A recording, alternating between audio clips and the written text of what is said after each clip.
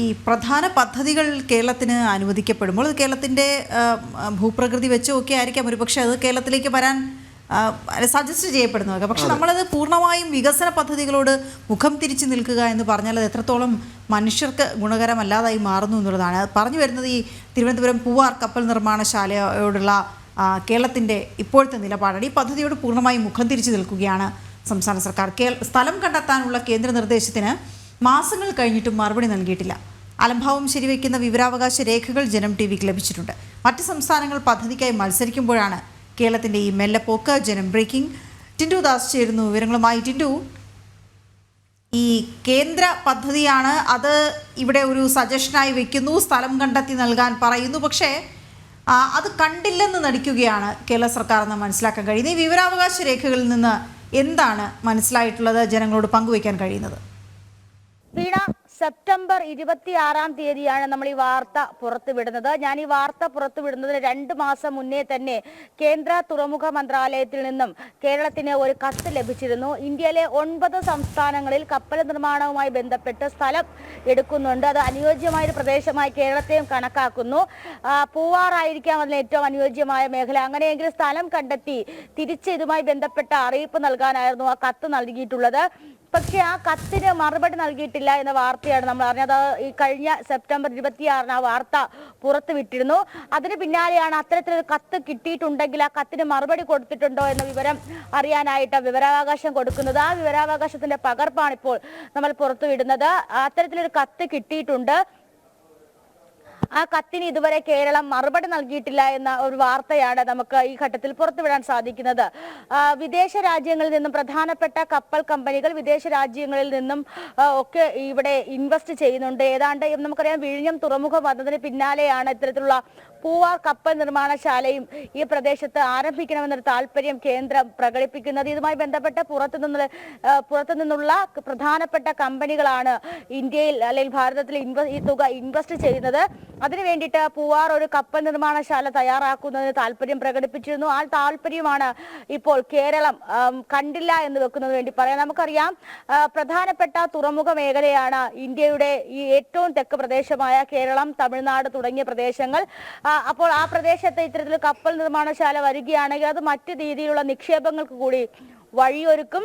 നമുക്കറിയാം നമ്മൾ വിഴിഞ്ഞത്ത് ആദ്യ കപ്പൽ വന്നതിന് പിന്നാലെ തുടരെ കൂറ്റൻ കമ്പനികളുടെ MSC പോലുള്ള വലിയ കമ്പനികളുടെ കപ്പലുകളാണ് ഏറ്റവും കൂടുതൽ സ്ലോട്ടുകൾ നേടുന്നതും. ഏതാണ്ട് 50ഓളം കപ്പലുകളാണ് ഇതുവരെ വന്നു പോയതും. 1,00,000-ലധികം കണ്ടെയ്നറുകൾ ഇവിടെ കൈമാറ്റം ചെയ്യപ്പെട്ടിട്ടുണ്ട്. അങ്ങനെയെങ്കിൽ ഇവിടെ ഇത്തരത്തിലൊരു കപ്പൽ നിർമ്മാണശാല കൂടി വരികയാണെങ്കിൽ മറ്റു രാജ്യങ്ങളിൽ നിന്നും മറ്റു രാജ്യങ്ങളിലേക്ക് പോകുന്ന അല്ലെങ്കിൽ കപ്പൽ ചാനൽ വഴി പോകുന്ന കപ്പലുകളുടെ അറ്റകുറ്റപ്പണികൾ തീർക്കാനും അല്ലെങ്കിൽ ആ കപ്പലുകളുടെ നിർമ്മാണ പ്രവർത്തനങ്ങൾക്കൊക്കെ ആയിട്ട് ഒരുപക്ഷെ ഈ പ്രദേശത്തെ തെരഞ്ഞെടുക്കുകയാണെങ്കിൽ അത് ഈ വാണിജ്യ മേഖലയിൽ ഉണ്ടാക്കുന്ന നേട്ടം എന്ന് പറയുന്നത് അത് നമുക്ക് സങ്കല്പിക്കാൻ പോലും കഴിയാത്ത അത്രയും നേട്ടവും ജോലി സാധ്യതയുമാണ് ഉണ്ടാകുന്നത്.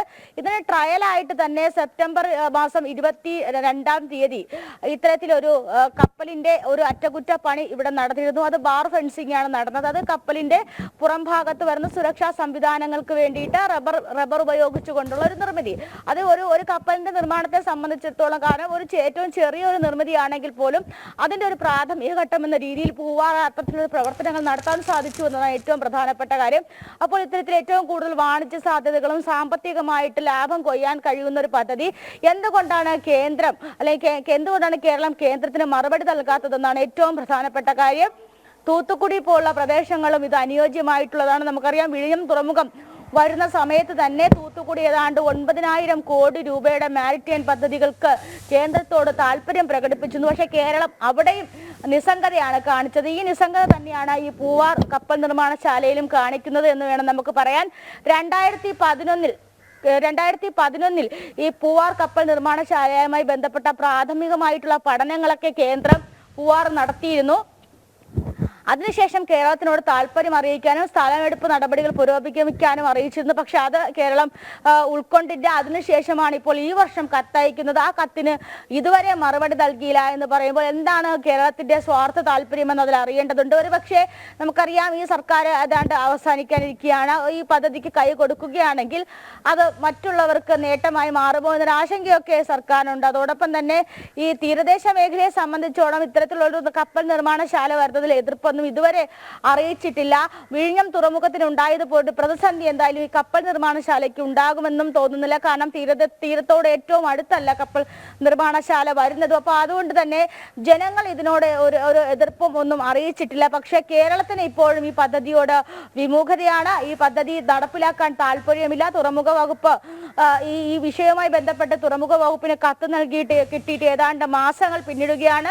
ഇതിന്റെ മറുപടി കൊടുക്കാതെ ഈ കത്ത് ഇപ്പോഴും സെക്രട്ടേറിയറ്റിൽ അങ്ങനെ ഫയൽ കെട്ടി കിടക്കുകയാണെന്ന് വേണം ഈ ഘട്ടത്തിൽ പറയേണ്ടത്. വീണ, ഇവിടെ ടിൻഡു സൂചിപ്പിച്ചതുപോലെ തന്നെ കേന്ദ്രം കേരളത്തിനൊന്നും ചെയ്യുന്നില്ല എന്ന് നാഴികയ്ക്ക് 40 വട്ടം പറഞ്ഞുകൊണ്ടിരിക്കുകയാണ് കേരള സർക്കാർ. അപ്പോഴാണ് ഇത്തരത്തിലുള്ള ഒരു വലിയൊരു പദ്ധതി അനുവദിച്ചിട്ട് അതിന്മേൽ തുടർ നടപടികളില്ലാതെ മുന്നോട്ട് പോകുന്നത്. മറ്റ് സംസ്ഥാനങ്ങൾ നേരത്തെ ടിൻഡു സൂചിപ്പിച്ചതുപോലെ തന്നെ മറ്റ് തൂത്തുക്കുടി അടക്കമുള്ള മേഖലകൾ അവർ വലിയ പദ്ധതികളുമായി കേന്ദ്ര സർക്കാരിൻ്റെ മുമ്പിൽ ഇങ്ങനെ അവരുടെ മുമ്പിൽ ഞങ്ങൾക്ക് ഈ പദ്ധതി തരൂ എന്ന് പറഞ്ഞ് ആവശ്യപ്പെട്ട് നിൽക്കുകയാണ്. പക്ഷേ ഇവിടെ സ്ഥലം ഏറ്റെടുത്ത് കൊടുക്കാൻ പോലും സംസ്ഥാന സർക്കാർ വിമുഖത കാട്ടുന്നു. എത്രയോ പേർക്ക് തൊഴിൽ ലഭിക്കുന്ന ഒരു വലിയ സംരംഭം, ഇതിനൊക്കെ സർക്കാർ മുഖം തിരിച്ചു നിൽക്കുന്നു. ഇതിൻ്റെ ക്രെഡിറ്റ് എന്തായാലും തുടങ്ങിക്കഴിഞ്ഞാൽ ഇതിൻ്റെ ക്രെഡിറ്റ് പിണറായി സർക്കാർ ഏറ്റെടുക്കും, അക്കാര്യത്തിൽ സംശയമില്ല. ഇതെല്ലാം പിണറായിയുടെ നേട്ടമായി അവതരിപ്പിക്കുകയും ചെയ്യും. പക്ഷേ അതിൻ്റെ പ്രാഥമിക ഘട്ടത്തിൽ പോലും ആവശ്യമായ നടപടികൾ ഇവർ സ്വീകരിക്കുന്നില്ല. ടിൻഡു, തീർച്ചയായിട്ടും വിനോദ് സൂചിപ്പിച്ചതുപോലെ തന്നെ ഇതിന്റെ ക്രെഡിറ്റ് ആരെങ്കിലും കൊണ്ടുപോകുക എന്നുള്ള ആശങ്കയാണോ ഇത്തരത്തിൽ പദ്ധതി നടപ്പിലാക്കാൻ കഴിയുക, അല്ലെങ്കിൽ ഇത്തരത്തിൽ ഈ പദ്ധതി നടപ്പിലാക്കാതെ സർക്കാർ മൗനം പാലിക്കുന്നത് വേണം ഈ ഘട്ടത്തിൽ മനസ്സിലാക്കേണ്ടത്. നമുക്കറിയാം, നമ്മുടെ ഒരുപക്ഷെ വിഴിഞ്ഞം തുറമുഖം വന്നതിന് ശേഷം വരാൻ പോകുന്ന മാറ്റങ്ങളെ പറ്റി നമ്മൾ പല ഘട്ടങ്ങളിൽ സംസാരിച്ചതാണ്. അതോടൊപ്പം തന്നെയാണ് ഒരു കപ്പൽ നിർമ്മാണശാല വരുമ്പോൾ ഉണ്ടാകുന്ന മാറ്റം എന്ന് പറയുന്നത്. നമ്മുടെ ഇൻഫ്രാസ്ട്രക്ചറിൽ വരുന്ന മാറ്റം അത് ഇപ്പോൾ പറയാൻ സാധിക്കുന്നതിലും അപ്പുറമാണ്. ഒരു 25 വർഷങ്ങൾക്ക് ുള്ള കേരളം എന്ന് പറയുമ്പോൾ വിഴിഞ്ഞം തുറമുഖത്തെയും കപ്പൽ നിർമ്മാണശാലയൊക്കെ സ്വാധീനിച്ചുകൊണ്ട് മുന്നോട്ട് പോകുന്ന, അല്ലെങ്കിൽ അത്തരം സാമ്പത്തികമായിട്ടുള്ളൊരു വരുമാനത്തിലൂടെ മുന്നോട്ട് പോകുന്ന ഒരു സംസ്ഥാനമായി മാറിയേക്കാം.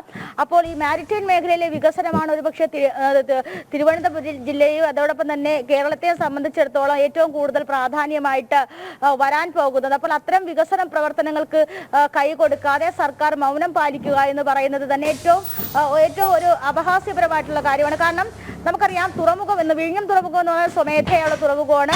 അത് അങ്ങനെ പെട്ടെന്ന് രൂപപ്പെട്ടതല്ല, അല്ലെങ്കിൽ ഒരു നിർമ്മിതി ഒന്നുമല്ല. കാരണം അത് സ്വമേധയ ആഴം കൂടിയ പ്രദേശമാണ്.